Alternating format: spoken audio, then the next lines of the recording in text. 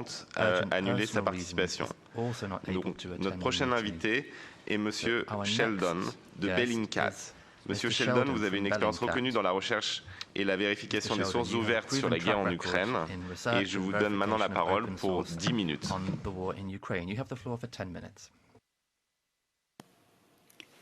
Thank you so much. Yes, so first I want to, just for a little bit of context, I want to go through a bit of my background. I have been working on Russia's war in Ukraine since for about 5 years now. So primarily in the past, that meant that my geographical focus was in the Donbass. And then unfortunately in February this year, it expanded greatly. And so my work involves going through visual evidence, digitally primarily digital evidence, and determining truths through this online evidence. And so obviously that is a very valuable tool in combating disinformation.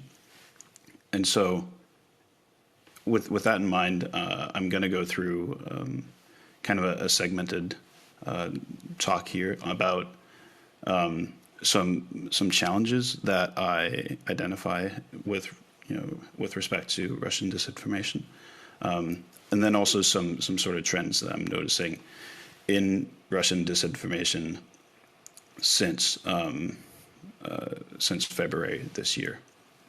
So I find that when we talk about Russian disinformation, it's often difficult to discern what exactly we're talking about. Are we talking about Russian state origin disinformation, or are we talking about pro-Russian disinformation, or just Russian, or just disinformation emanating from Russia as a whole? And so one can debate how important that distinction really is. But the reality is that today there are so many anonymous media, social media outlets, and other media forms that disinformation or propaganda in favor of Russia emanate from. And so determining ownership can be incredibly difficult. It's possible in many cases, but it requires a tremendous amount of work.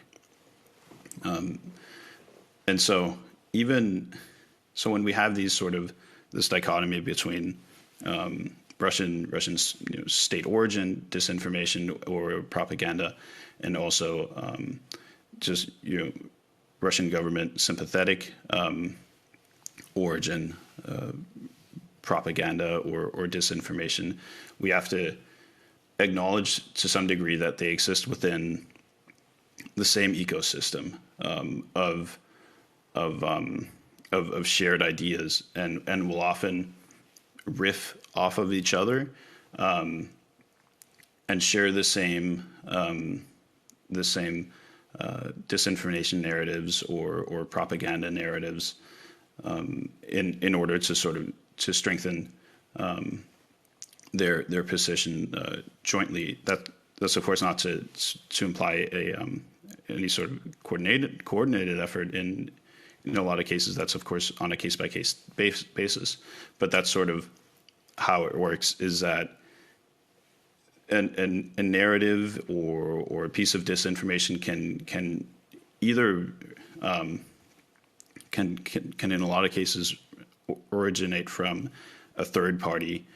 So whether that be a private social media account, whether that be some sort of a media outlet, fringe media, and it can then be laundered through Russian state media outlets, whether that be actual state media or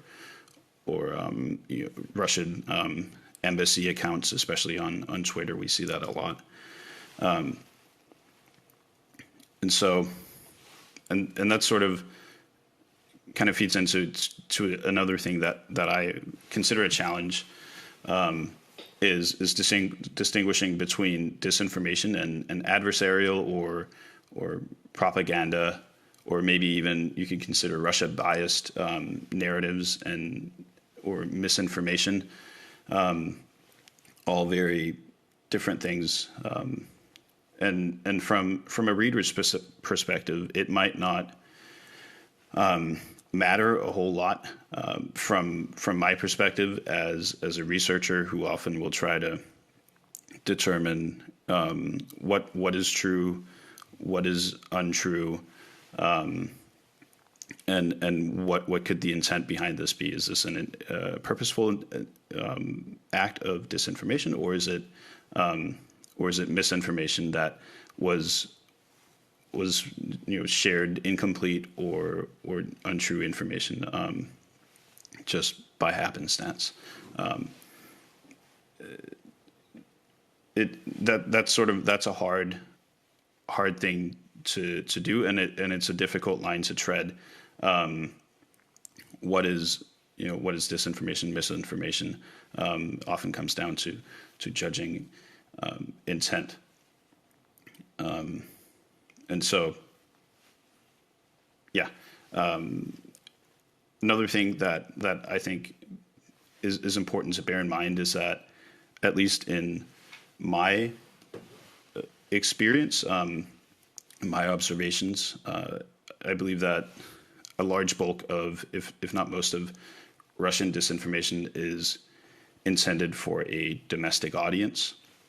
So in the lead up to the war, we saw a lot of outright disinformation, fabricated events being put together for fringe media or for social media to then be laundered through state media to be showed to Russian citizens to help justify the war and to sort of prime them for the war. And a lot of this disinformation now will seek to, more than justify the war by sort of kinetic means, will try to dehumanize Ukrainians, call them Nazis, question the existence of a Ukrainian state, and sow fear around NATO.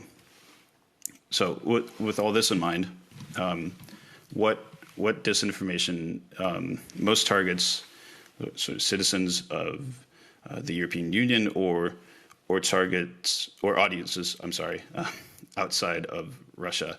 I like to view this through two different lenses. One is on the sort of more strategic level of disinformation and hostile narratives, and the other is on the tactical level. So what I mean by that is strategic level being much more long-sighted, intended to have sort of a real effect, and tactical level being more incident response based and seeking to sow doubt around specific events. So on sort of this broader strategic level of disinformation, we see that these information operations or Russian disinformation would seek to soften a Western response to Russian kinetic action, the Russian war against Ukraine. And so this will often come in the form of disinformation targeting arms supplies, for example. So focus on dark web markets, focus on weapons, which present a challenge to Russia that the West is supplying to Ukraine. So that would be javelins, U.S.-produced javelins, Swedish-produced AT-4s, French-produced Caesar artillery pieces. And so the aim is to paint Ukraine as a corrupt, unreliable country, which could pose a security threat to the West. and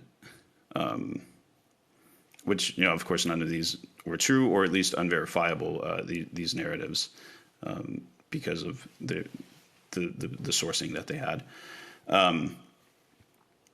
And so along this line of painting Ukraine as sort of a danger, this disinformation will also target Ukrainian diaspora or Ukrainian refugees wherever they are, particularly in Poland.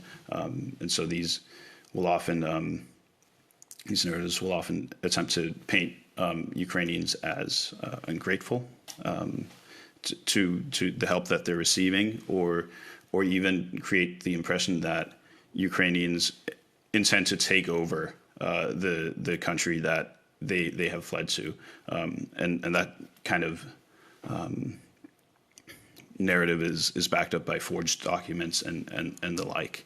And so on the more incident response level, disinformation will intend to sow confusion around specific events that might make Russia look bad, or take advantage of events where whichever disinformation actor might feel like this could make Ukraine look bad.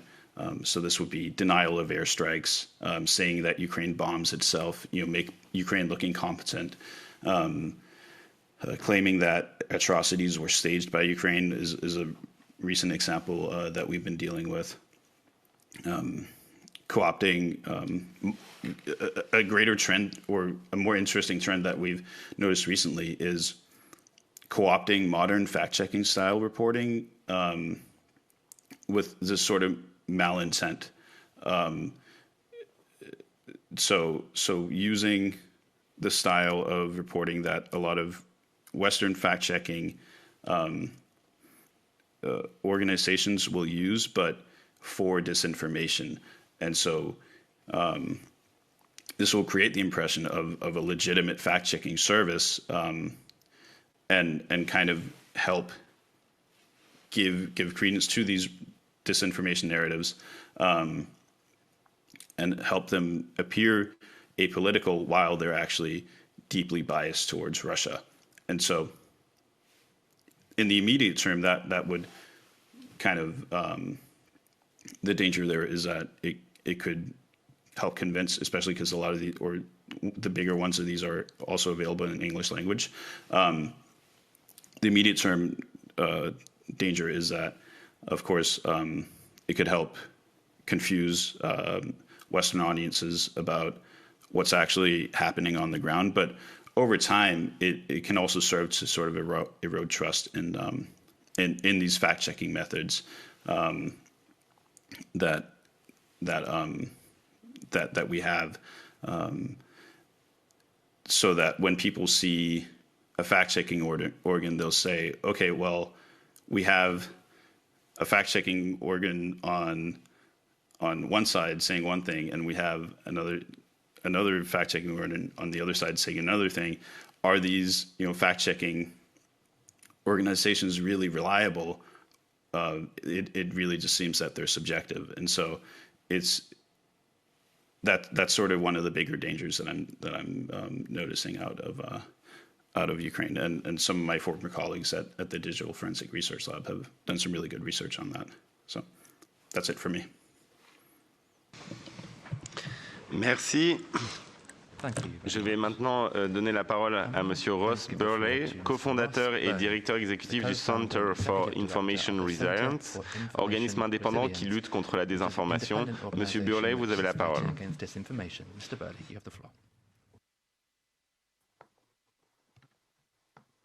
Good morning, and many thanks for having me. While I'm delighted this committee is undertaking hearings and doing excellent work, it is bittersweet. Countries across the globe, but especially within Europe, should have recognized the threat of disinformation to us all. And also for not recognizing sooner that for the Putin regime for what it is a malign, repugnant, malevolent force. It has murdered dozens of journalists and opposition leaders. Its leader is a former KGB agent with no regard for the rule of law or international norms. The regime has deployed chemical and radiological weapons onto one of Europe's great cities. It has annexed Crimea. It plans to annex more as we speak. It invaded Georgia. Ironically, given its false charges around neo-Nazis in Ukraine, Russia has done more to support the far right in Europe than any other country since the 1940s. Which is not surprising given Putin's own background in the KGB and his alleged activities in Eastern Germany. Russia has weaponized information. It has attacked with relish the very notion of truth itself. Russian disinformation is almost like a nightmare. It takes the very worst of us, the fissures in our society, our worst beliefs and our deepest fears, and it amplifies them through gamed social media algorithms. Fear of the other, fear of change, suspicion of authority, the belief in conspiracy where none exists, rejection, rational thought, and objectivity. Russian disinformation seeks to destroy our trust in government and most of all, destroy our belief in democracy. Putin and his regime are terrified of true democracy. They always have been. So they weaponize social media, the army of useful idiots, the lax legislation, the overworked and understaffed and underfunded intelligence services, the lack of cross-border integrations and working together to attack and distort our very belief in truth. In Ukraine, we've seen their tactics firsthand. Complete denials, whataboutism, the deployment of chaos and whataboutism by their officials and network of embassies, the denials even on the eve of war itself that it was about to happen. As Michael said, the deployment of fake fact checkers, such as War on Fakes, that is in itself linked to the Russian state, the activation of their top-down influence campaigns, attempting to push narratives around Nazis, around Zelensky, NATO fighters, all churned through the machines of RT, Sputnik, and others. In Ukraine, as in other places, Russia deploys its disinformation machine. Its most successful tactics are not about creating truth, i.e. using fakes, but distorting truth. And I'll give an example. This is an example of creating truth. In the beginning of the war, with Russia desperately trying to justify its actions, it staged a car bomb attack in Donetsk, claimed that it was the Ukrainians who committed it. How do we know it was false? In the pictures posted on Telegram, we were able to see the bodies of the alleged victims. They were cadavers. We could see the surgical cuts in the craniums. Yet this Ukrainian atrocity was reported far and wide on social media and pushed through Telegram and pushed through all sorts of places where Russia has those disinformation apparatus. But recently, I'll give an example to distort the truth. The Russian embassy in South Africa deploying anti-British messages around colonialism, using the historical truth around the legacy of empire to emotionally manipulate South Africans, to paint what was happening in Ukraine as colonial efforts, distorting that grain of truth. The consequences for you as policymakers is that we can't debunk emotion, we can't fact check it, which is why so many of the most effective disinformation campaigns deploy emotion at their heart. And we see this in cross-cutting narratives in this war, that Bucha was staged, biolabs, Ukrainian war crimes, that Western sanctions are to blame for the energy crisis rather than Russia itself, the deployment of so-called Western fighters. All of these are absurd narratives that use emotional manipulation to push their readers to wonder, what if? Is that true? To make them click on that link. Well, maybe I haven't been told the truth. What are they hiding? To feed that human desire for excitement, to reveal hidden secrets. This is especially true when we consider the channels Russia uses. Telegram has matured in this conflict. It's one of the primary vectors. It's difficult to censor. At the moment, they only generally take down terrorist material. It's critique-free. You can broadcast without comment. It's driven with pro-Russian content, with lies about the war, with lies about the European Parliament, all without response. And it poses a challenge to Twitter, Meta, and Google. If we censor actors and they move to other platforms, how many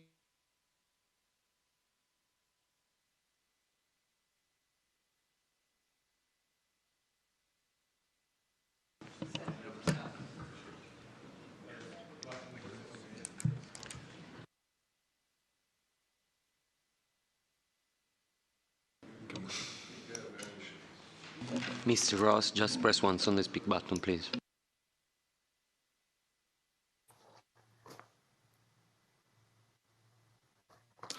Okay. Hopefully I'm back. Yes, you are back, but we lost you. Oh, apologies.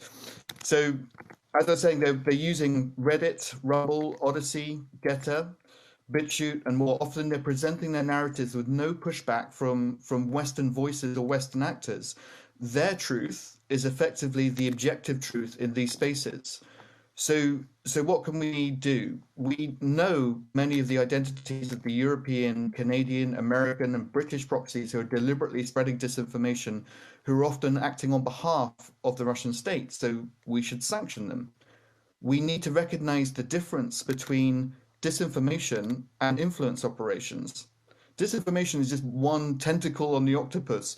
Russia uses its political, financial, and military tools to spread influence and disrupt international norms across the world. Mali, Colombia, Central African Republic, I could go on. We have to understand that we're not dealing with a normal state. It's been distorted from a normal state into effectively a mafia network where the spread of disinformation is just one weapon, one arrow in the quiver. In good news, you have allies here, committee. We are lucky here in Europe to have a robust, dedicated journalists to expose these networks and malign activities, and they have to be supported. In particular, we have to prevent vexatious legal proceedings, stopping the absurd situation where the head of Bellingcat, where the head of the Wagner Group is able to sue the founder of Bellingcat for stating the obvious. We have the growth of open source investigators and investigations. We are joined here by Michael from Bellingcat, who are doing amazing work. We at CR are doing similar work, and it's pouring treacle over the Russian disinformation efforts. We know Russia was responsible for Bucha.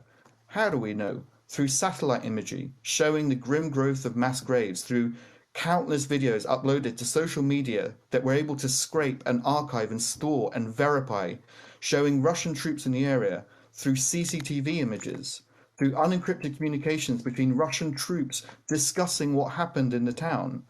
Their lies meet the truth in open source. Objective truth finally wins out. Europe should embrace the power of open source. Crucially, we can use it to hold those responsible for war crimes to account. Platforms, of course, have a role to play here. We have to work more effectively. They have to work more effectively with the media and civil society to give us, as researchers, access to their data and their APIs, so we can work together to tackle coordinated campaigns and influence operations. And earlier on, it was mentioned the Doppelganger operation that is a really good example of how this can work effectively in practice. I think that's it for me. I think my 10 minutes is up, so I'm happy to answer any questions that you guys have. Thank you. Merci. Je vais maintenant donner la parole aux membres, en commençant par Madame Kalniete, rapporteure de la commission spéciale pour le Parti populaire européen. Madame Kalniete, vous avez la parole. Ms. Kalniete, you have the floor.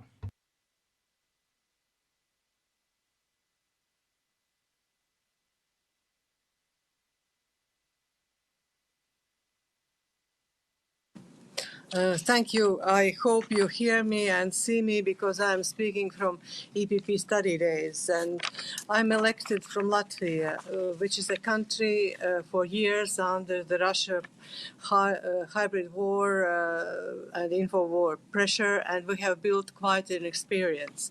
I have a few questions to our speakers.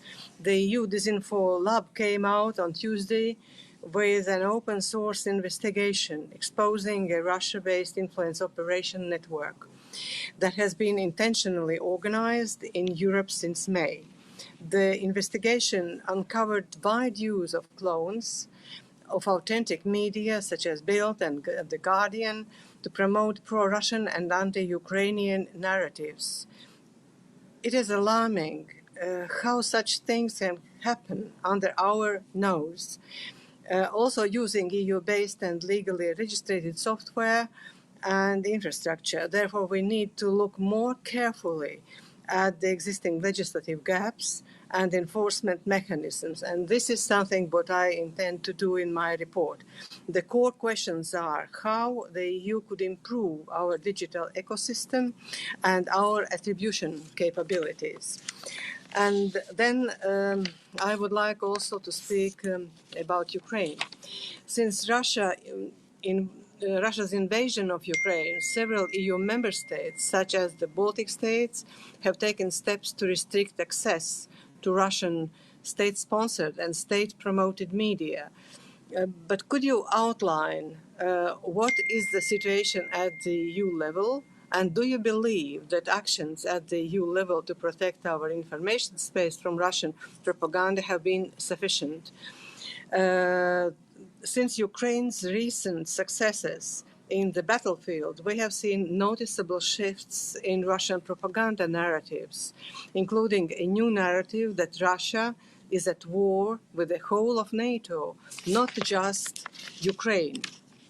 Do you believe this can lay ground for further escalation of the conflict, which is the most important issue? The recent mobilization in Russia had led hundreds of thousands of Russians to flee to neighboring countries, both of the EU and beyond. In your view, what added security risks does this human mass movement pose for the EU, and how should EU governments approach this challenge from a strategic communications perspective? Because, for instance, Baltic states, we have closed our borders and restricted access to our countries only to those who are coming for humanitarian needs. Thank you. Thank you. Monsieur Majorino, pour le groupe S&D, vous avez la parole. Grazie, Presidente. Credo che sia importante questa ulteriore occasione che abbiamo di approfondimento. Siamo tutti evidentemente legati all'idea di dover contrastare al massimo la disinformazione e le ingerenze. E proprio per questo, mi pare lo dicesse anche Sheldon, credo che dobbiamo essere molto attenti a un punto: definire cos'è disinformazione, cos'è interferenza, non confondere l'interferenza con, è la mia opinione almeno, con il libero pensiero, la libera critica, anche quando ci troviamo di fronte a una cosa odiosa come la guerra di Putin.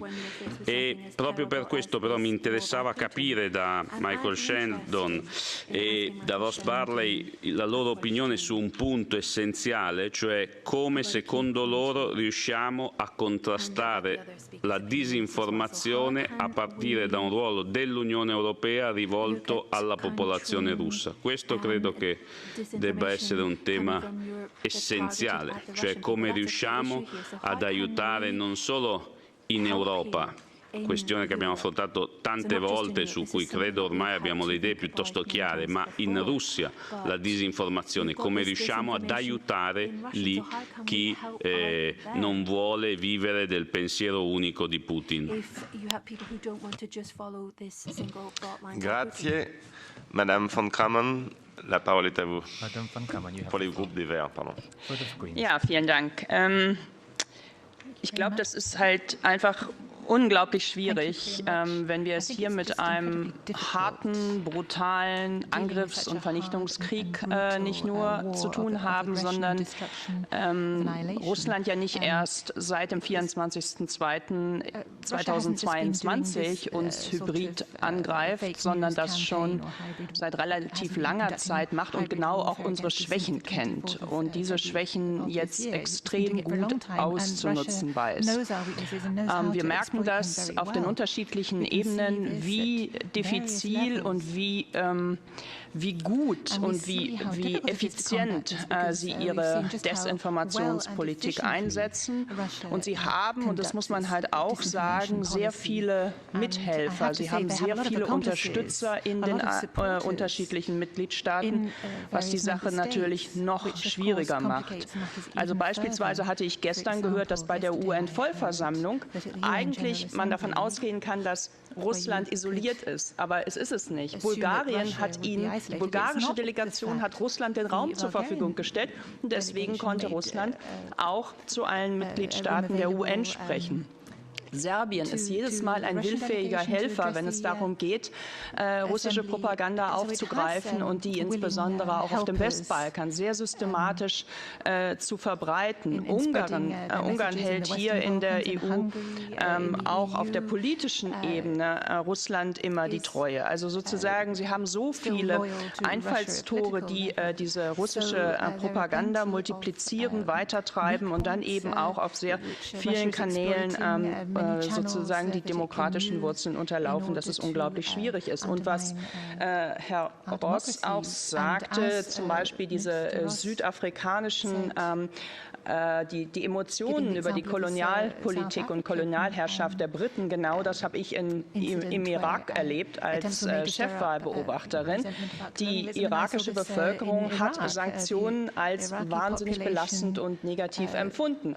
Und jetzt sind sie eigentlich auf der Seite der Russen, ohne dass sie wirklich wissen, was im Krieg passiert und sympathisieren mit den Russen. Und wir haben auf jeden Fall habe ich das noch nicht bisher gehört, keinen systematischen Ansatz, wie wir im Mittleren Osten, wie wir in Nordafrika, wie wir in Subsahara-Afrika diese Desinformationspolitik entkodifizieren und dem auch einen aktiven Part dagegen setzen. Das, glaube ich, wird uns langfristig nicht gelingen, wenn wir sagen, wir haben quasi das bessere System, wir haben das bessere Konzept, wir haben die besseren Antworten, sondern wir müssen dann mit einer aktiven Politik und auch mit mehr Man- und Women-Power dagegenhalten. Und da sehe ich, dass wir eigentlich erst am Anfang sind und wir mit unseren Empfehlungen, die Sandra Canetes oder unser Bericht ja auch vorschlägt, dass wir da dringend in die Umsetzung kommen müssen. Merci. Et je vous rappelle que nous avons avec nous Monsieur Güllner pour le service d'action extérieure qui pourra aussi répondre à une partie des questions qui sont posées par les membres. Et c'est une grande chance, comme d'habitude, de vous avoir, Monsieur Güllner. Maintenant, j'aimerais donner la parole à Monsieur Fest pour le groupe ID. Ja, vielen Dank. Ich weiß nicht, an welchen Experten oder welcher Experte hier antworten kann, aber es gilt ja der Grundsatz Follow the Money und es gibt ja, also schon Kanzlerin Merkel hat 2019 auf der Sicherheitskonferenz von München gesagt, dass sie Beweise habe, dass Russland eben auch viele Klimaaktivisten finanziell unterstütze. Das Gleiche hat Hillary Clinton geäußert. Mich würde interessieren, ob hier Informationen darüber vorliegen, welche Geldströme von Russland an, ob das nun linke Organisationen oder rechte Organisationen sind, ganz egal, aber ob es hier rüber valide Informationen gibt. Vielen Dank. Merci. Je donne maintenant pour le groupe ECR la parole à Monsieur Tertsch. Vous avez la parole. Muchas gracias, presidente. Muchas gracias también a todos los que nos han informado. Yo creo que es muy importante que a la hora de combatir la desinformación rusa, que es masiva, por supuesto, y que lleva muchos años pervirtiendo el discurso de muchas organizaciones, pero no solo de extrema derecha, como ha dicho el señor Ross, siempre se habla de la extrema derecha, pero por ejemplo en el caso de España es absolutamente palmaria la financiación que ha habido por parte de Rusia y de un aliado de Rusia, que es Irán, y de otro aliado de Rusia, que es Cuba, y de otro aliado de Rusia, que es Venezuela, que ha habido sobre la información de la extrema izquierda y cómo la extrema izquierda ha tenido plataformas para la desinformación continua y permanente en España, hasta el punto de conseguir crear un partido con la suficiente masa crítica para formar un gobierno con la socialdemocracia, esa socialdemocracia prevalente aquí. En ese sentido creo que es importante que la credibilidad de los medios y de la información que sale de aquí sea importante también. Y por ejemplo, cuando hemos tenido durante semanas a Euronews y a otros medios diciendo que la señora Meloni tiene una posición prorrusa, cuando es radicalmente, obviamente, mentira, y eso se ha estado insistiendo antes y después de las elecciones, tenemos que ver que eso daña también a esa desinformación que tenemos que combatir, que es la rusa, que, como digo, invierte tanto en la extrema izquierda como probablemente en la extrema derecha.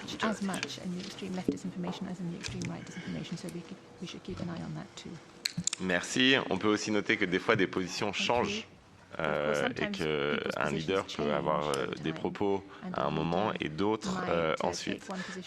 Madame Daly, pour le groupe Left. Vous avez la parole. Thanks very much, Chair, and thanks to all our speakers. I would hope that, well, we obviously all know that truth is the first casualty of war, and I'm assuming that the panel would agree with me that that relates to all sides in a conflict, not just the Russian one, but the NATO-Ukraine one as well. I was very interested in all of the contributions, maybe just to take up a couple of points on them. Michael at the start made the point about the propaganda being aimed at a domestic audience in Russia to provide a basis for the war. And one of the points he made was that the way of doing that is to call Ukrainians Nazis. And I think our last speaker said the same, that they were pushing this Nazi narrative. But I'd just like to explore that a little bit, because obviously the claim by Putin that Ukraine is a fascist state and has to be denazified is patently appalling and wrong, and nobody would agree with that. But we risk going to the other extreme and saying, forgetting all the facts that are out there, that there is a sizable Nazi and fascist influence in Ukraine, and we don't do ourselves any favour by denying that. And I'd maybe ask Michael to talk about the report by his colleague Michael Colburn from Bellingcat, hardly a Russian outfit by any means, who wrote the report From the Fires of War, Ukraine's Azov Movement and the Global Far Right, where he makes the point that Azov is a multi-pronged, heterogeneous far-right social movement which exerts influence on Ukrainian politics and society despite its numbers, and deals with the fact that they've been integrated into the Ukrainian armed forces, have a major influence in that state. So I'd like some commentary on that point, if I could. The point was made as well about and it was put down as disinformation, painting Ukraine as a corrupt and unreliable society by dealing with stuff of selling some of the arms that they got and all that. But the US administration itself has acknowledged that the weaponry which has gone into Ukraine is unaccountable and has gone far-flung. So that's just a fact. And in terms of corruption, we don't have to look very far. Our own European Court of Auditors this time last year did a damning report on the massive corruption that exists in Ukraine. That's not in any way to say the war is justified, because of course the war is not justified, but we don't do ourselves any favours by sort of counteracting Russia propaganda with our own propaganda. So I'd like maybe a bit of that. And then just two quick things. Some colleagues made the point, but I'd like to know the point on the panel. Like, do you not think like that the people who live in Africa and in Latin America, they're not Egypts who are just being sucked in by Russian propaganda? They're societies who felt the brunt of US imperialism and interference and sanctions, and their own people dying, and nobody in the rest of the world giving a damn about them, frankly. So it is understandable, if you like, that they'd have a bit of a reaction in this situation. It's not that they support the war or anything like that, but they're certainly not going to buy into a NATO narrative. So I'd like commentary. And last point, I suppose, is how do people on the panel think the war is going to be stopped if nobody talks to Russia? I mean, is that not the way in which we will resolve it? And I mean, nobody brought up the Nord Stream 2 issue, but I mean, like, what's the panel's opinion on that? I mean, what in God's name interest would Russia have in interfering with Nord Stream 2? The only beneficiaries of that are the USA, as far as I'm concerned. I don't know who carried it out, but it should be investigated. And do the panel not think that investigation means independent investigation, not an investigation by some of the people who serve to benefit by breaking the link between Russia and Europe enormously and leave us in hock to US LNG for the rest of our lives? I don't know who did it, but I'd like an actual independent investigation into it. Thanks. Well, I'm not sure our panelists are in possession of direct intelligence on the pipe issue because they are here to speak about disinformation. So your last question, I'm not sure they will have a clear response to your concerns. But thank you for your questions. Mr. Bilčík, for the EPP, you have the floor.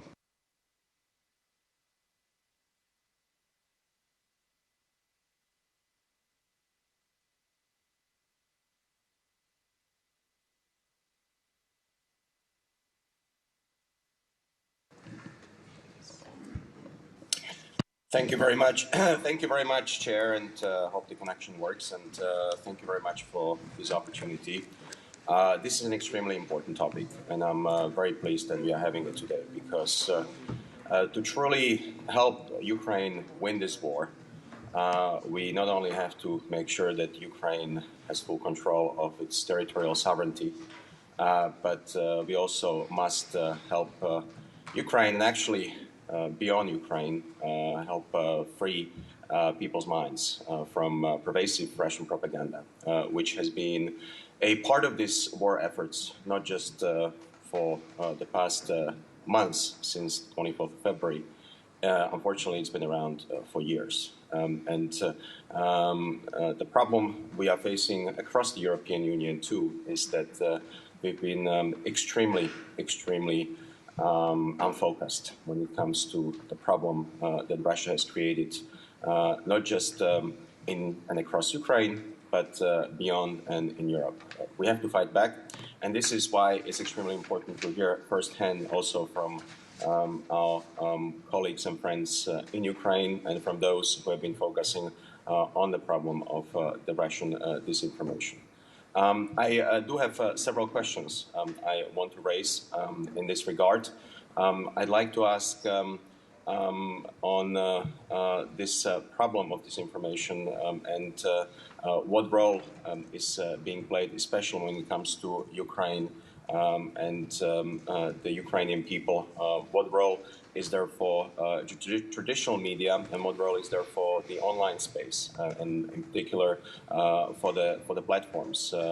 How much have the Russian disinformation captured the online space, as opposed how much has it been able to capture the media, which we know under the title or adjective of traditional, and what are the different tactics we could deploy to help Ukraine fight this, but what are also different tactics we could deploy to fight this beyond, including in our own EU space.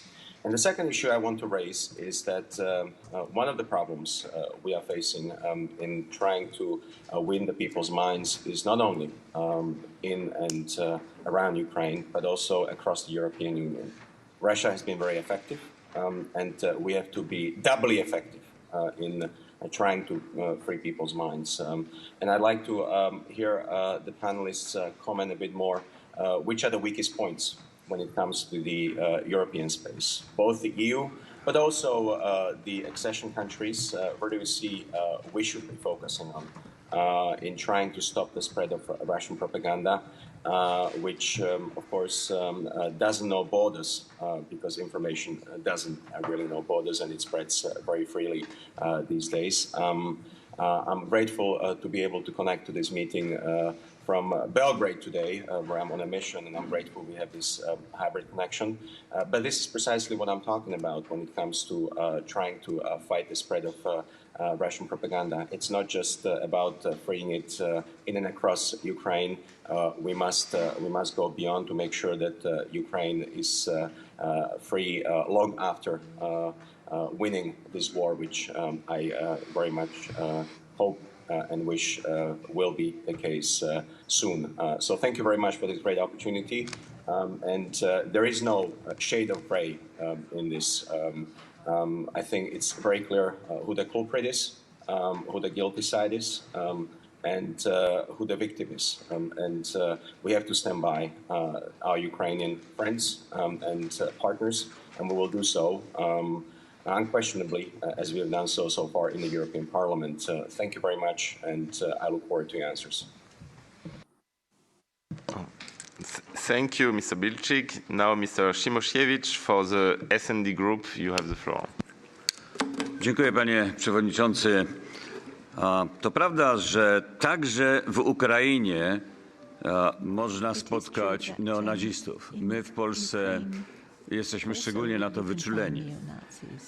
Ale warto też pamiętać, że w żadnych demokratycznych wyborach w tym kraju środowiska związane z tymi radykałami nigdy nie uzyskały poparcia większego niż 1 punkt procentowy. In democratic elections, the extreme right has never obtained more than 1%. So, bringing up these Russian lies in our debate is not helpful.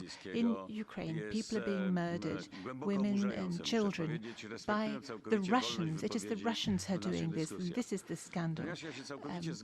Respecting freedom of expression in our debate, I agree with Natalie Loiseau, and I won't repeat what she said, but I just want to say that as far as I'm concerned, what we've been seeing for a long time now in this disinformation campaign that Russia is conducting against democratic societies is acquiring the dimensions of a hybrid war of disinformation with short-term objectives, and it's easy to understand when you look at the effects of the war that Russia is waging. So let's just keep a perspective. Who is the victim? Who is the aggressor? Who started the war? Who is responsible for this? I think that's the perspective that you have to keep at the back of your mind. This is to undermine the West. In Prague yesterday, there were more Czechs demonstrating than 2 weeks ago, calling on the government to change its policy against Russia. And there it was, the Czech interests that were coming to the fore, and something very similar is happening in other countries of Europe. Because, many people believe all of the disinformation about NATO, the United States, the Nazis. Russian propaganda is scandalous, particularly bearing in mind that what we are witnessing is an armed aggression, an armed invasion. And they seem to be able to justify their actions in certain circles. So I think it's very important to look at what is going to be happening in the very near future. Today or tomorrow, Russia will be annexing parts of Ukraine. And then they'll claim that Ukraine is the aggressor attacking Russian territory. And that will give Russia carte blanche to use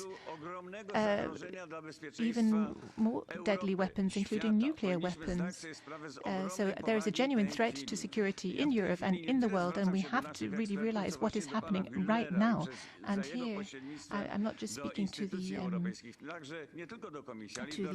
experts, but also to representatives of the Commission and other European institutions, the Council as well. The time has come to act. This is a historic moment. Our common security is in danger. Thank you. Merci. Pour le groupe Renew, Monsieur Guetta. Thank you. Mr. Guetta for Renew. Merci, Monsieur le Président. Thank you, Chairman. I think that in our approach to this problem, we should make a clear distinction between various aspects. We are confronted with very traditional undertakings, but of course now these attempts are supported by new technologies. You know, these are classical efforts to misinform, disinform, seeking to make people believe in fairy tales and false information. So that is one weapon. But then there is another weapon in this war, in this campaign, which is the fight for the narrative and how we react to events. And I'm struck by the fact that Mr. Putin has got a Kremlin spokesman, Mr. Peskov. I happen to know him. He's a brilliant man, and we see the damage that he manages to do 4 times a day. Mr. Putin has a voice, and in the best newspapers, in the best media, on the best TV programs, this gets results. We hear Mr. Peskov, what he has to say in our media, and then we note reactions from Paris, Rome, Washington, Tokyo, Berlin. There isn't one voice like that coming to counter the narrative of Mr. Putin in the same way. So I think before we get bogged down, and it is very difficult, obviously we have to combat this narrative, but in our fight against the manipulation of information, against disinformation, it is very difficult for us, because it would be much easier if we had a Peskov. We need one single spokesperson for the EU. I mean, that would make sense, wouldn't it? The European Union, as such, is committed, and we welcome that, to supporting Ukraine. So I, for my part, would like the External Action Service to have a spokesperson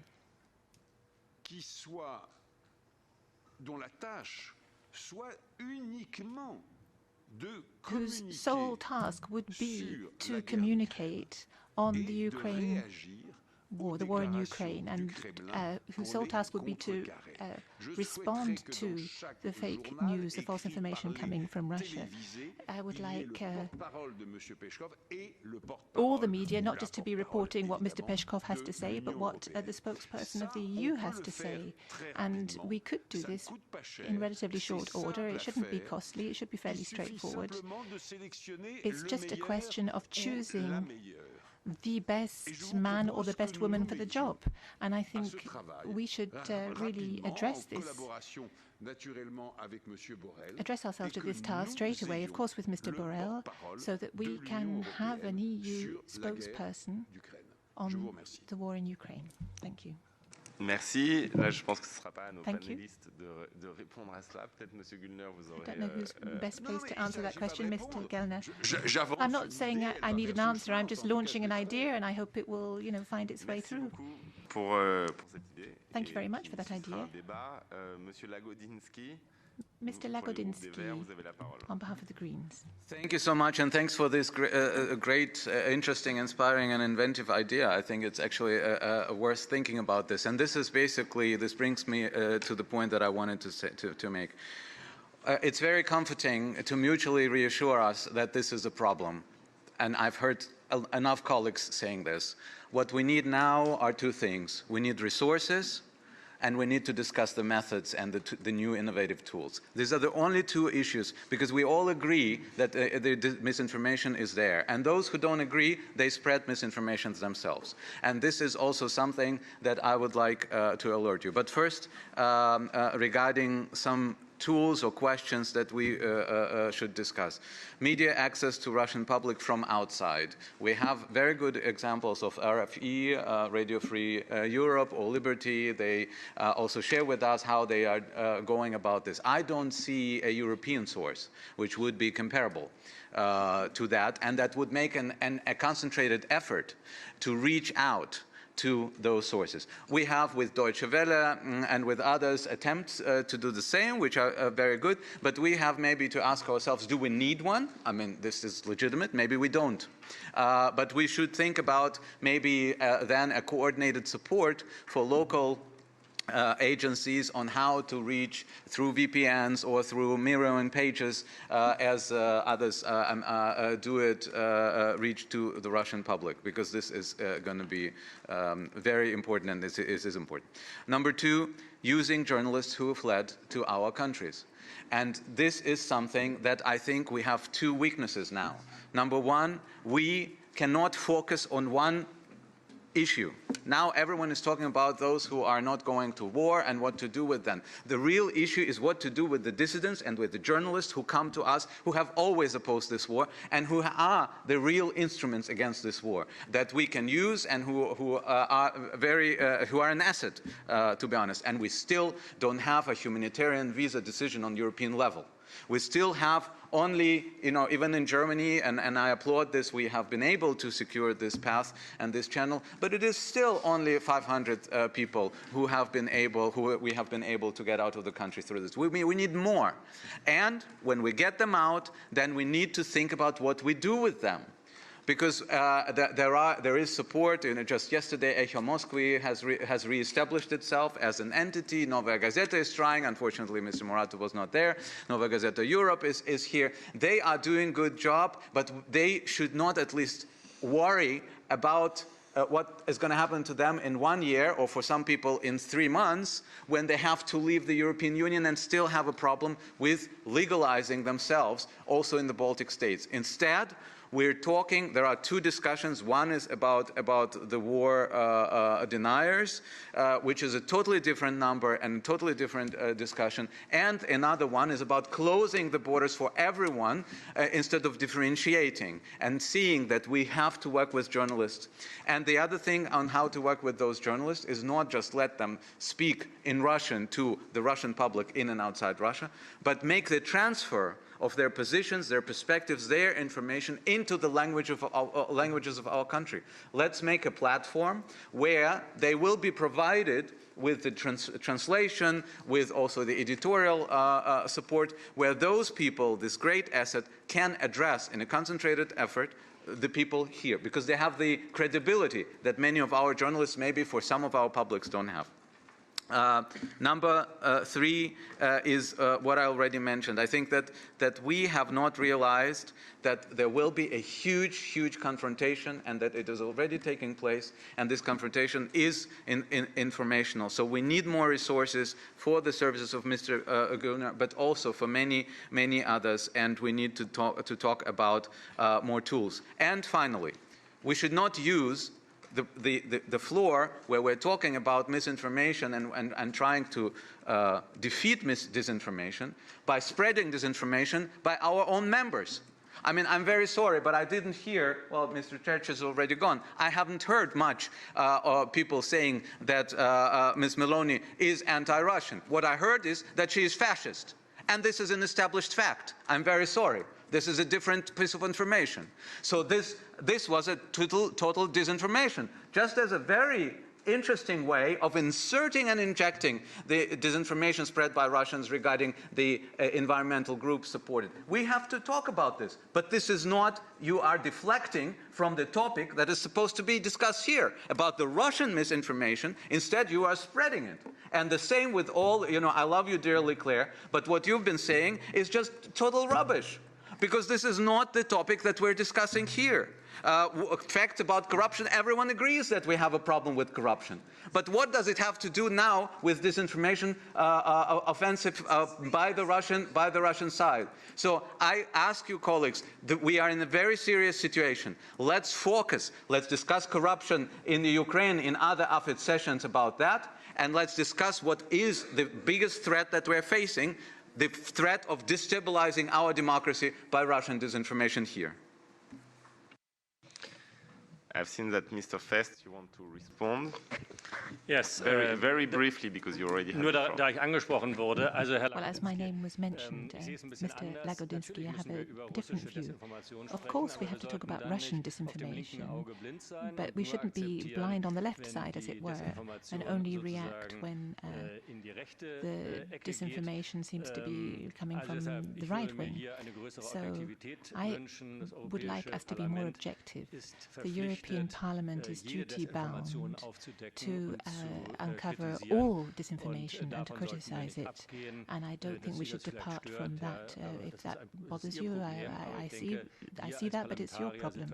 I think we, as members of Parliament, have a duty to report objectively on Russian disinformation. Thank you. Sorry, Chair, and obviously I love Sergei too, but the only reason I brought up corruption was because the Bellingcat speaker brought it up. So. Mr. Lagodinsky, it's okay. And of course, I will respond that any disinformation, any covert financing, any Russian operation supporting this or that group is to be investigated by this committee. That's for sure. But on the topic of today, it's obviously not covert funding of any organization, be it even green organizations. It's the topic of Russian disinformation campaign and how it has an impact on our country's support to Ukraine that is under full aggression by the Russian Federation now. So that's the topic of the day, and that's what the panelists are also experts on. I'm going on. Mr. Wallace now for the left. Thank you very much, Raphael.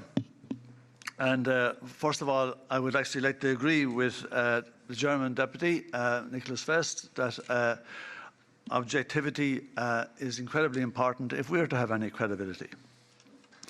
I want to ask about omission as disinformation. Would you agree that the almost complete lack of coverage of the anti-democratic actions taken by the Zelensky government amounts to disinformation and propaganda? Western leaders and media tell us that Ukraine is fighting to defend democracy from authoritarian Russia.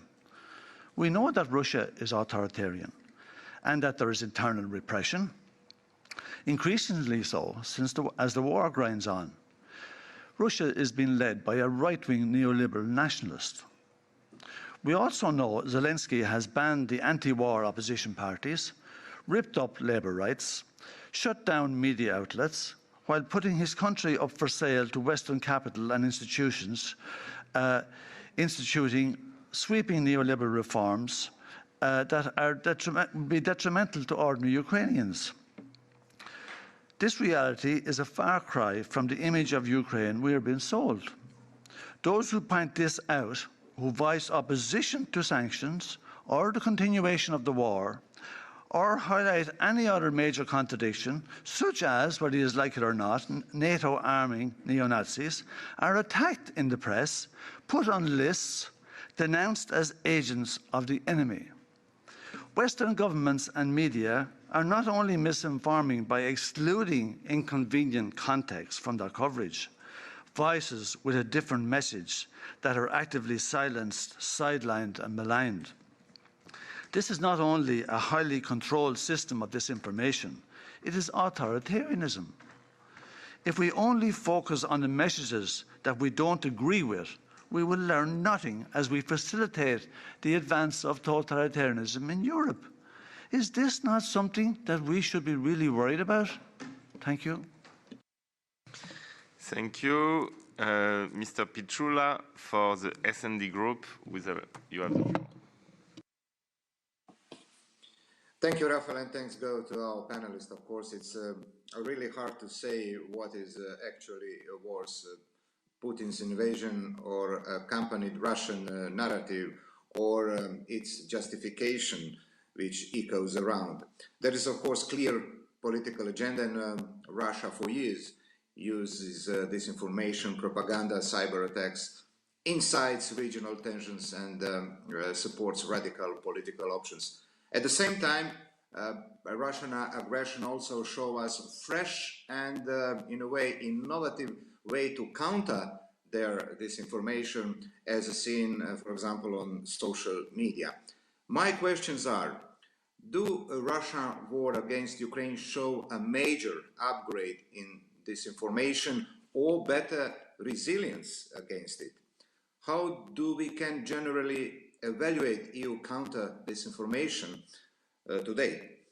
How significant is the, for example, new Media Freedom Act, and will its impact be positive or negative? Finally, I would have a specific question regarding state of play in one still unstable part of Europe in our immediate neighborhood, which Kremlin is treating as its playground.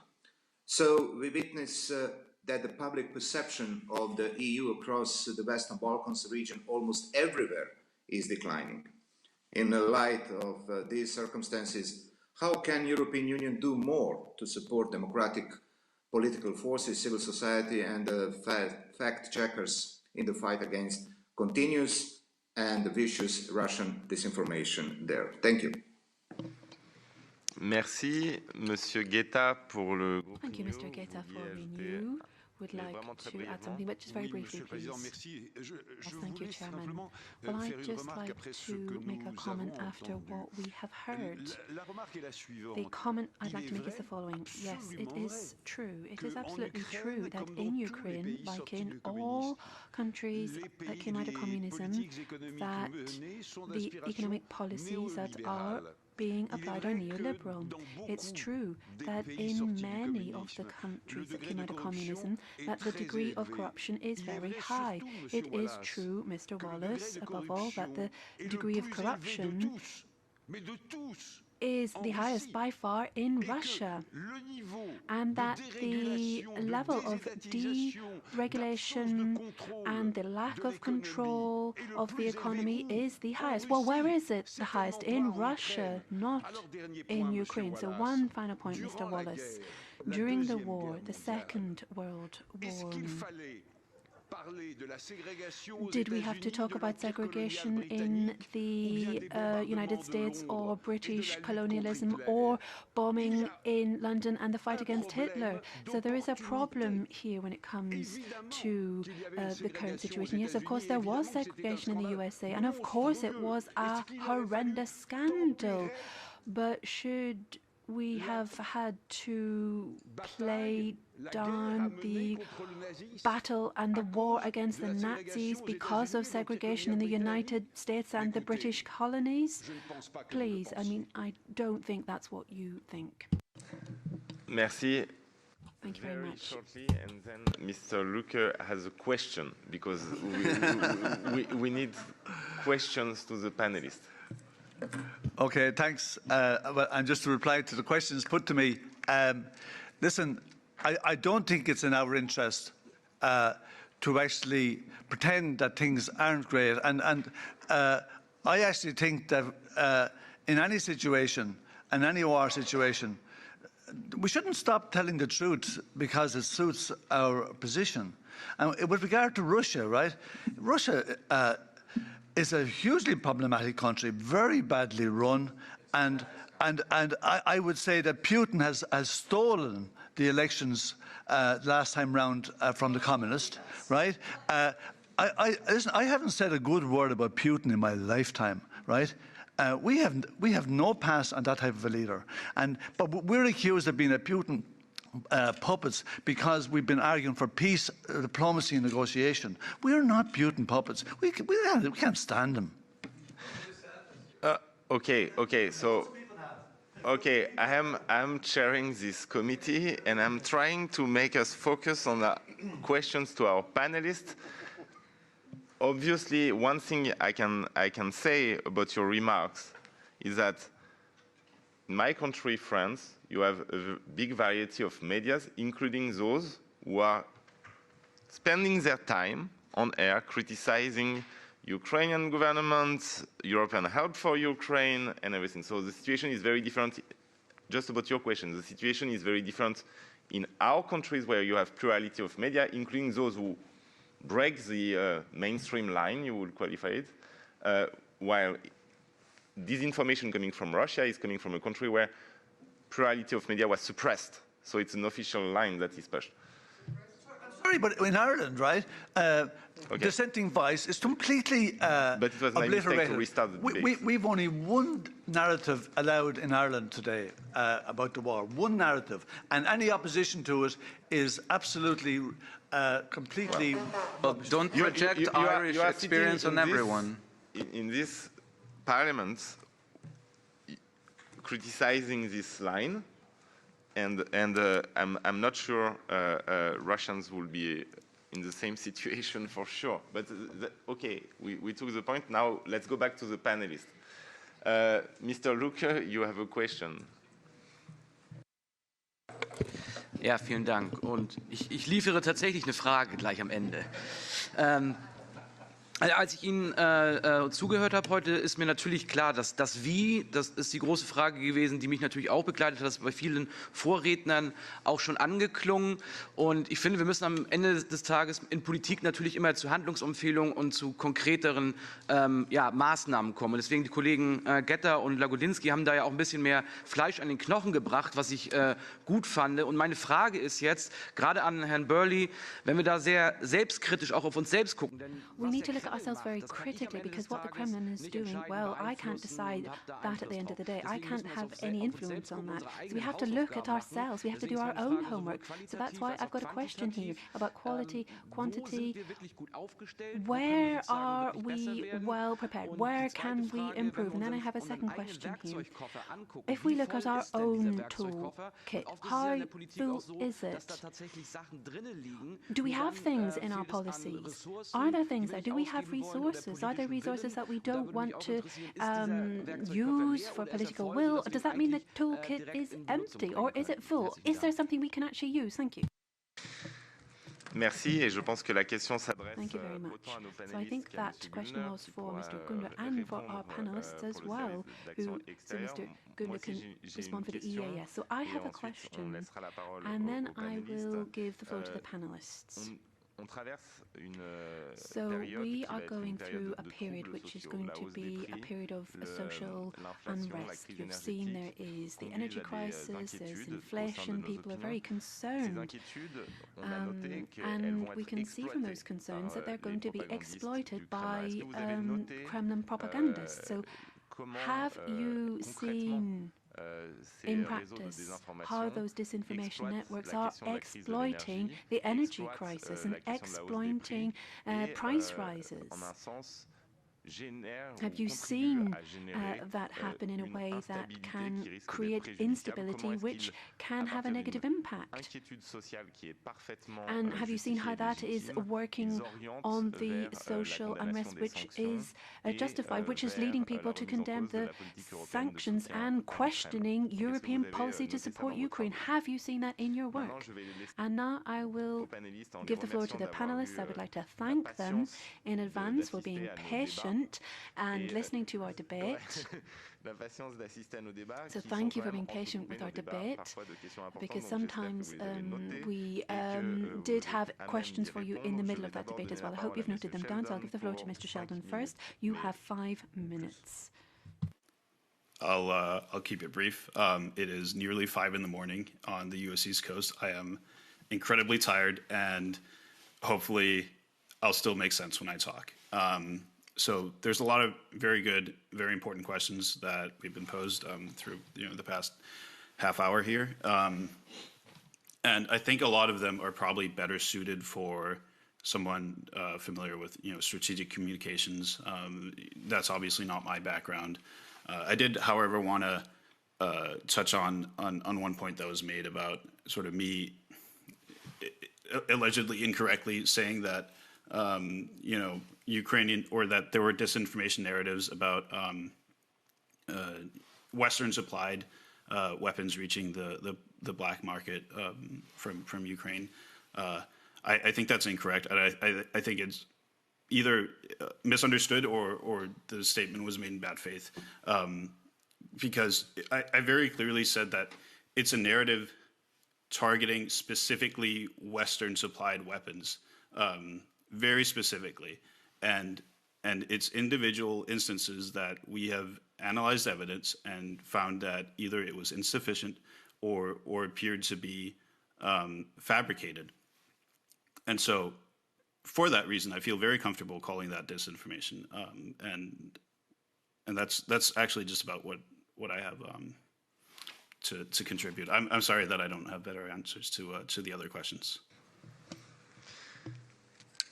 Merci, Monsieur Burlet. Vous avez la parole. Thank you very much, Mr. Burley. You have the floor. You can speak a bit longer. Thank you, and thank you for some really interesting perspectives, some interesting questions. I'll try and rattle through as many as I can, and forgive me because my note taking is not brilliant. So at the start, there was an interesting question about how we can target disinformation that is focused on Russian audiences. So. Historically, of course, Russians do not have a massive trust in news. Obviously, since the communist era, it just became a kind of thing that they would know, and there is a kind of an inbuilt mistrust to official news in Russia. But luckily, a lot of, especially the next generation Russians, are getting their news from Meduza, are getting news from independent Russian sources, and we have some brilliant Russian journalists, often who are operating at risk to their own safety, despite that, are doing some brilliant reporting.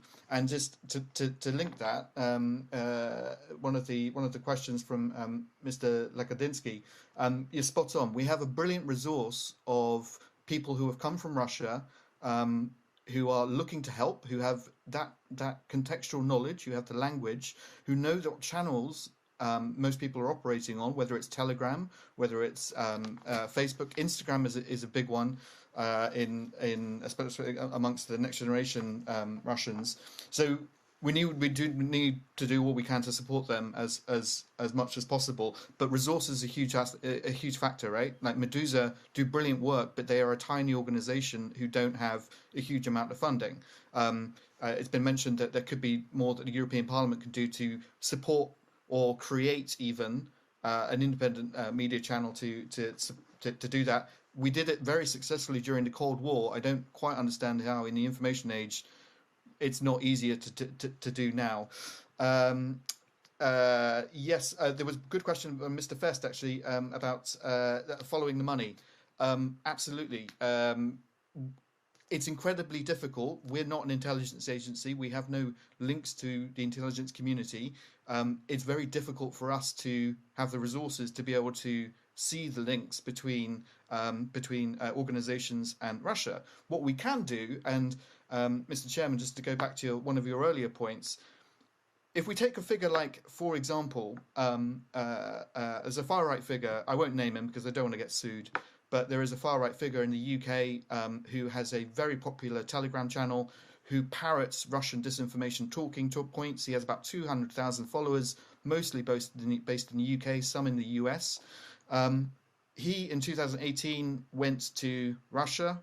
He posted it on his own open social media. He met with people who we know to be involved with the Prigozhin organization. He met with people known to be involved with the far right and posted photos with them. Now, we know that through open source. We know that he then parrots Russian disinformation talking points. We can't prove that he is a Russian asset, but there is enough there surely for the European Parliament, for this committee, for intelligence agencies or law enforcement agencies across Europe to be able to look at individuals like that and look and examine and have that resource to follow the money. So I think open source and journalism can be the starting point. You guys need to do the rest.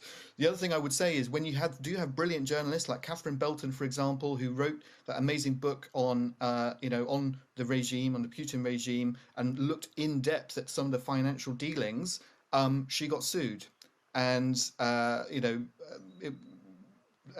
terrible sort of cost to personal and economic cost to herself there. So as a and they do that deliberately to make sure that journalists don't go down the rabbit hole and don't find those financial links. So we really do need institutional support to do that. one of the panelists who mentioned about the Ukraine is corrupt and infiltrated by I mean, this is just, I mean, it's a brilliant classic example of whataboutism, just as I mentioned in my opening remarks. I mean, there are Nazis in the UK. They don't have any influence. And I did, just while you were speaking, I did a quick Google on procurement corruption in Ireland and got a number of different hits. Ireland isn't corrupt. Like it's kind of absurd. And Mr. Wallace, an independent poll conducted in August by IRI put Zelensky's job approval at 91%. That's an independent poll. So that's what happens in democracy. We don't always agree with what a government does, but that's democracy. What else? I think that's it. Oh, and on the last comment about research for food and energy, etc. So we did some research a couple of weeks ago. We looked at the outputs from Russian embassy social media accounts for the last 6 months to track narratives across time.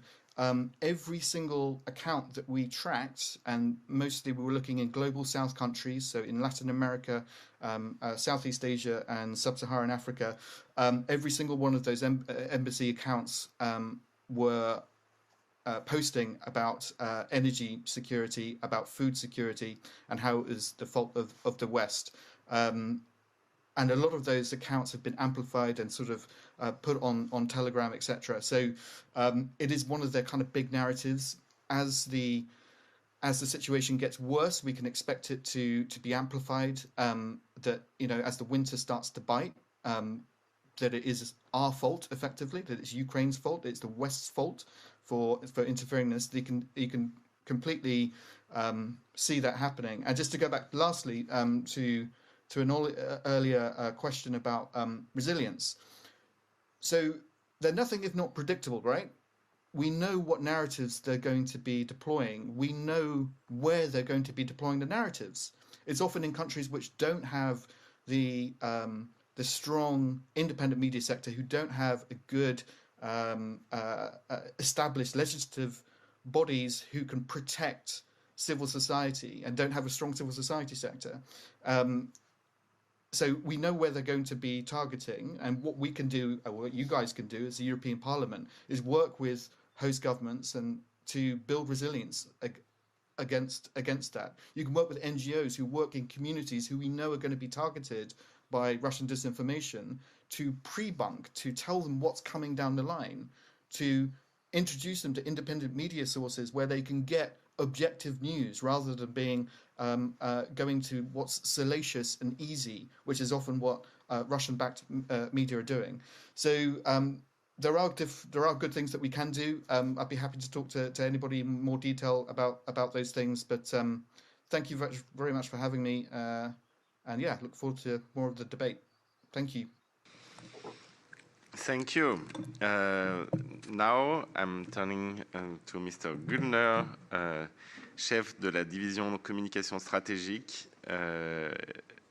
Vous avez la parole. Et vous pouvez prendre plus que le temps qui vous est alloué, puisque la plupart des questions étaient aussi adressées au service d'action extérieure et peut-être saurez-vous le porte-parole que M. Guetta you might know who that spokesperson could be that Mr. Guetta is looking for. Difficult situation here, and it's also not so easy to intervene after two excellent panelists. But let me try maybe to summarize it in 3 blocks, what I want to say. The first one is maybe come back to the issue of the nature of the threat. I think this is something so fundamental to understand, to be able to design our responses as well. The second is to give you just a snapshot of some of the activities that we're doing, some of the new activities as well. And the third one is maybe some thoughts on the way forward. So I think it's important not to put the issue of disinformation in the box of this is a communication challenge. There's a narrative out there and we just need to develop our narrative and then we have solved the problem. The problem is much deeper because the information environment is being used, the manipulation of the entire information environment as a strategic tool. And if we don't understand this holistic way, that this is also about influencing media, that this is about even using other parts of the toolbox, cyber attacks and other things. And if we just doctor at the little kind of narrative, at the little part of the disinformation, then it will be difficult to find good solutions. So the challenge is very multifaceted. And I think these revelations of EU Disinfo Lab and of Meta Facebook just happening 2 days ago show us the complexity and the sophistication of these activities. And I come back. We will not be able just to counter this with a bit of better communication here and there. The issue is asymmetrical. Asymmetrical in the sense that we are targeted by means that we don't want to use. I don't think anybody here in this room wants to use disinformation as a counter means. Nobody wants to kind of use cyber attacks from our side.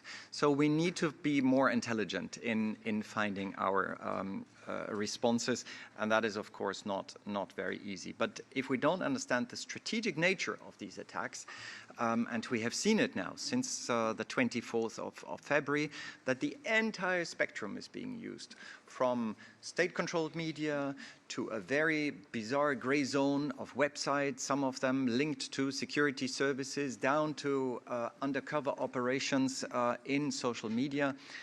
So if we don't understand that, I think that is difficult to respond. Now, a lot has been done, but of course a lot still needs to be done because the challenge is so massive. And of course this is also a question of resources. My job and the job of the EES is to do the best we can with the resources that we have. And we have been doing this in trying to design also this response in the best way possible, in kind of also distinguishing what needs to be done in terms of situational awareness, in resilience and capacity building, in disruption and regulation also. And last but not least, also to deploy our foreign policy tools that we have. And I think this debate that we had already on sanctions or other tools that impose costs on disinformation actors is exactly what needs to be done. I will not give you the full list of everything that we are doing here. We don't have the time, and that's also not the place to do this. But I just want to underline that kind of we have massively increased our activities in outreach to journalists, to the broader media, to raise awareness, and not only inside the EU, also outside the EU, in the neighborhood in particular.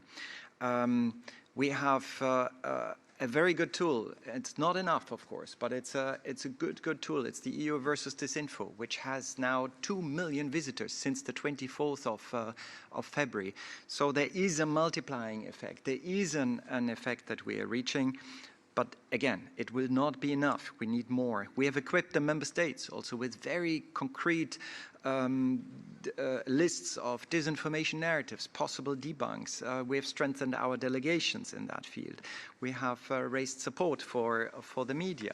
Capacity building, very, very important, was just mentioned, I think, by one of you. We have also done, my team even, hands-on training of fact-checkers of the Eastern Partnership region, etc., etc. But this is not to say that everything is under control. It's just that we use these resources the best we can, but it is a question of resources. And in our own work, just to answer your question, Mr. Chairman, of course we have seen that these issues related to energy supplies, have been massively used. We have documented them on EU versus Disinfo very publicly, and I think many other organizations have done this. Now, a little bit on the way forward, also for you here in all the 3 committees that are present. I think it's clear that there's no silver bullet. There's no easy one kind of initiative that will solve everything, and we have discussed this together over the past 2 years in many of the discussions. But I think there are a few kind of additional things that can be considered. And one also concerns the communication part, as Viola von Kramon has said. We need to further invest in this. The EES has relatively limited resources in that field. We have an idea, I think it was discussed with some of the members also in AFED, to build stronger communication hubs, also regional ones, this is something that we need to discuss also with you, because this will require support from this House. We also need to strengthen further kind of the abilities, not only of my team, but also of others, to detect, to analyze, to react to this information manipulation, which comes in so many different forms and shapes. And I think what is important here is not only to look at the European level, but also to see how can we connect the member states in all this. There is a bit of a missing link, and that should go beyond the rapid alert system that exists already. And coming back to my first point, we need to have a capability not only to react to foreign information manipulation, so strategic communications, but we really need to create an ability that allows us to react to foreign interference forms. Countering foreign interference, I think, is very important. Last but not least, civil society needs the support also from this House. There are very few kind of possibilities that they can use in terms of funding. I think this is another point. I've been a little bit long, but thank you very much also for the support that we had here. Mr. Gunnar, you have not been long, and Mr. Waszczykowski, Madame von Kramon, and myself will just have small comments. And Mr. Waszczykowski, please. Thank you, Mr. Chairman. I'm not disappointed by the outcome of this debate because I didn't have any optimistic expectations. We don't have a common answer to Russian trolls for many reasons. The first reason, I would say two reasons. First reason is because we still have no common evaluation of a Russian aggression. Some leaders are still calling Putin, thinking in a naive way that forced him to resign from war, but calling him, they are legitimizing him actually. Some other leaders are voting in the parliament yesterday to block delivery of weapons to Ukraine, the same day when Russians are blowing in the Baltic Sea infrastructure. So that's one reason. The second reason is even deeper, because we have internal conflict here in the European Union.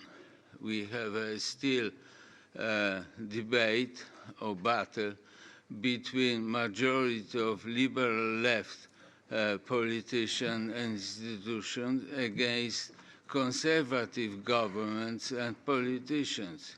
And I think that majority of you think that the leaders in Hungary, Poland, and now in Rome are bigger threats than Putin. And that's why you don't have a common answer how to stop Russian aggression. Thank you. I don't think that anybody here thinks that these governments are bigger threats than Putin, even if one that you named can be seen sometimes as a Trojan horse of Putin. One. Monsieur Majorino. Mr. Majorino, please. You have the floor. Majorino and then you. Grazie, ma è molto interessante Thank you. la discussione di questa mattina. Abbiamo tenuto insieme piani evidentemente diversi. Volevo fare una richiesta, Presidente, poi la farò anche in sede di riunione dei coordinatori. Noi abbiamo avuto alcune settimane fa la notizia è circolata sui media italiani, ma non solo, di un pacchetto informativo proveniente dagli Stati Uniti su rapporti tra Putin e politici Putin and European politicians. I think we need to do everything we can to get that kind of information so that we could have an objective basis. So it wouldn't be us who would be trying to reconstruct this network of relationships with a few various different ideas. And looking at what's happening with politicians in Europe. So I think there have been a range of packages of information from the USA, and I think we need to get them immediately. And then the EU institutions need to be able to respond in a much more determined way than they have until now. Thank you. Fully agree. Just for your information, we already initiated a démarche to the American embassy for them to deliver to the committee more specific information, of course. But we should continue and push for this, and it should not be said like that, and then everybody forgets about that. Madame von Kramon and Monsieur Lagodinsky. Just very quickly, because some things were mentioned by Mr. Gurner, which I think we really should specify a little bit what we mean with that, and also how maybe the European Parliament can support you in this. But one more remark towards my respected chair of the Ukraine delegation. I fully understand and I fully share your concern when it comes to calling of Putin. But sometimes, you know, the information, for example, that the Bundestag was blocking weapons delivery is false. I don't know who spread this, but there was no vote in the Bundestag, and everyone is circling around. The Bundestag was blocking weapon deliveries, but there was no vote in the Bundestag. So I have asked my colleagues, and sometimes it's also helpful if the false information gets not or does not get spread around even by us. So please also consider this thing. Two or three points on what Mr. Gurner has said. First of all, our foreign minister, for example, used the annual assembly of all the diplomats to tell them that fighting misinformation, fighting disinformation, fighting propaganda from Russia is a mainstream in the German diplomatic corps. Has Mr. Borrell ever done that? Is it a mainstream issue? Has he really given this instruction to all the diplomats? Is there a coordination point in all the delegation? Is somebody dealing with this? Do they know how to debunk that? Because what I've seen is randomly, yes, we have some good diplomats, and I was following this, for example, in South Africa and others, but this is randomly. There is nobody taking over this initiative. There's nobody debunking it. There's nobody reaching out on a regular, systematic level from our delegation. Nobody has a clue how to do this. If this is a lack of finances, and the European Parliament should put more in the budget. Sergei Lagodinsky, Mr. Gala, and others are probably the best ones who would fight for this. But what I've heard so far is a little bit of capacity building, a little bit working together with the delegation is not sufficient, and we are talking about this already for quite some time. And I've not seen that this was taken over as a mainstream issue for the diplomats in our delegations. Thank you. And then I'm closing the speaking list in a very authoritarian manner. And I'm starting with Madame Loiseau and then Mr. Lagodinsky, and then myself as the chair. I'm auto-appointing me to speak. Thank you, Chair. I would like to fully support what Mr. Majorino said about the importance of knowing more about Russian financing of political parties in Europe. It's too easy to finger point the Greens or the far right or the far left when you are from a different political party, but it would really make a difference if we know more about who, including among the political parties represented in the European Parliament, had financial relations with Russia, because it makes a whole difference. Our Parliament has this amazing asset of freedom of speech, freedom of expression, freedom of opinion, and we cherish it, and we have to protect it. But we have to be fully convinced that some are using it in order to spread disinformation. And sometimes they don't cherish the same freedom of opinion at home. I remember vividly that an Irish journalist is facing a slapping procedure in Ireland just because she worked on some speeches and some statements of one of our colleagues. So I would just like to stress that not everything is equal, and you cannot put forward freedom of expression in the European Parliament and then fight against it at home. I would also react to what Lutz Güllner said and support what Viola von Kramon also stated. I'm not convinced at all that our EU delegations abroad are doing the right thing in terms of strategic communication. I travel a lot, I have a lot of talks, and yes, there are good people because they have some knowledge, they have some experience, and they decide to communicate. But now that there is a diplomatic academy, there should be a systematic training. There should be systematic instructions sent to our delegations abroad. It doesn't cost €1 to do this. It's just a question of good organization and of prioritization of our work. And let's face it, we are not doing it enough right now. Merci, Madame Loiseau. Thank you, Ms. Loiseau. Mr. Lagodinsky, please. Yes, thank you. And I just want to follow up on actually what Madame Loiseau just said. I do agree that we cannot expect and we should not go low when the other side goes low. So it's not about disinformation. But what is lacking, I think, is the understanding also among diplomatic services that this is part of the new portfolio of diplomacy, that communication diplomacy means also being more offensive in a positive way, going after that, and also, yes, countering, not disinformating, but counter-informating what is being spread. And I think this is something that has to change, and this change can only come from the top, either from Annalena Baerbock in Germany, or from Mr. Borrell here, or from von der Leyen, even the President von der Leyen here. And that's important. Communication diplomacy as part of the new package of tools. And just very briefly, to react to colleague Waszczykowski, the chair, I do think that there is a point there. There is a division that does not help us in countering the real threat.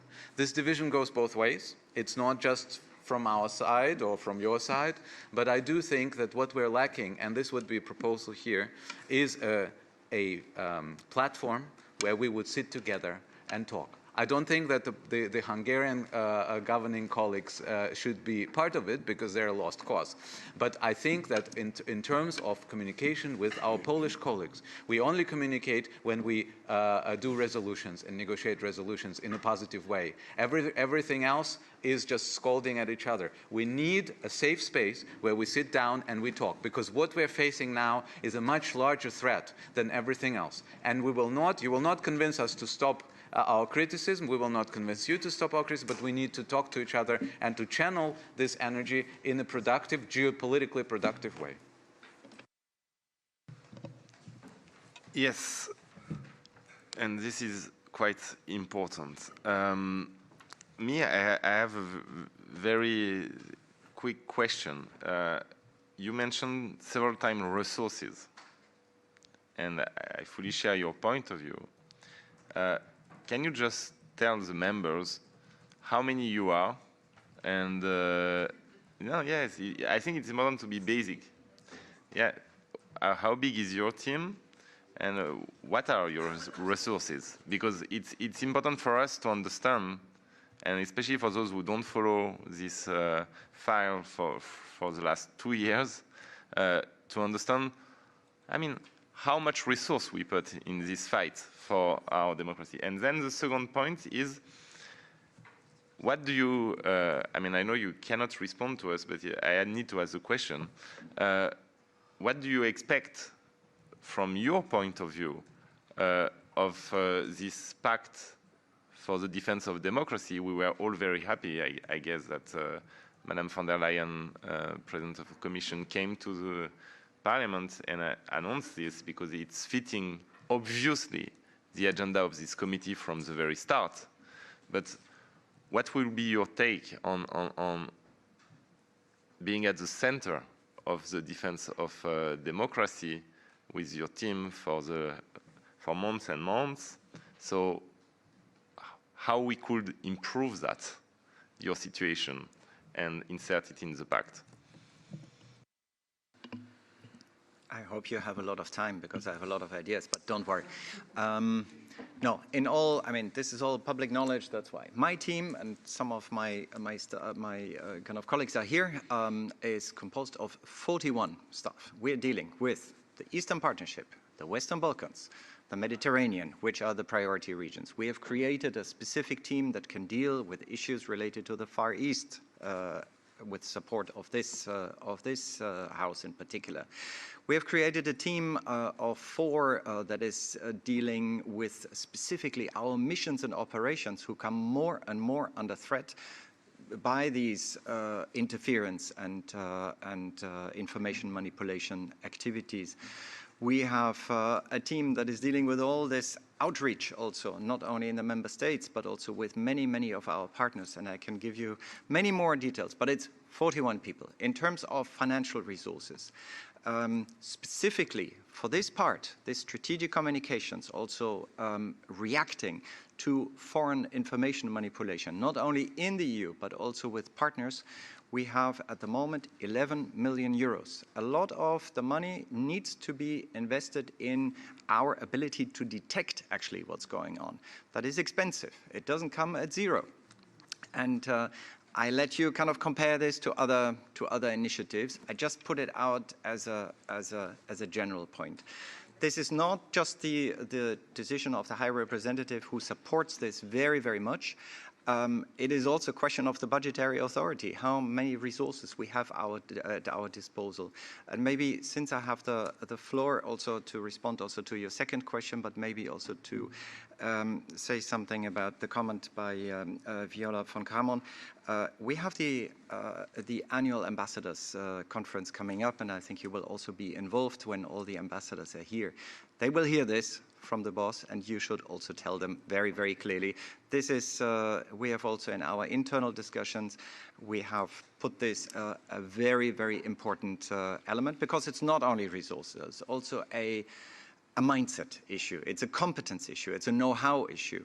And believe me, my team and all of them here and who are not here, kind of, this is our task also, this capacity building of our own structures, connecting this to the member states and connecting it to partners. I know sometimes it looks disappointing, but believe us, we work 200% of our time. The other question about the package, I would turn to the Commission colleagues, but they are not here because actually I don't know all the details. I personally, or from the view of the External Action Service, we of course believe that this is an excellent initiative because we need to think broader. I think you have mentioned it. We need to understand the money flows. We need to understand what other kind of interference kind of routes are being taken. So I think that will help raising awareness. It will also create, hopefully, kind of tangible instruments. I think a lot can be done on the level of transparency, but I don't want to comment for the colleagues of the European Commission who will be dealing with this also in the more legal kind of aspects. I hope that gives you some insights from my side. Thank you. Chers collègues, on va conclure ce point à l'ordre du jour. That brings that point on the agenda to a close. We're going to have a 10-minute break now, no more than that, because our next item is an exchange of views with Audrey Tang, who is the Minister of Digital Affairs in Taiwan.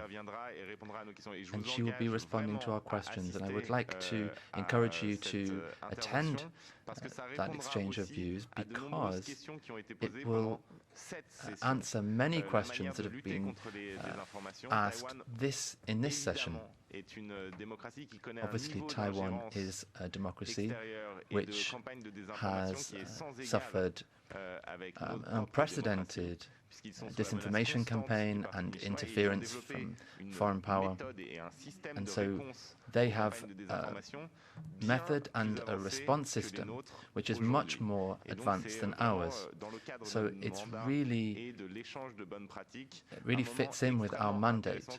It's an opportunity for exchanging good practices. So I'd like to invite you to be there for that session. So we will be back in 10 minutes to speak to the Minister of Digital Affairs in Taiwan. Thank you.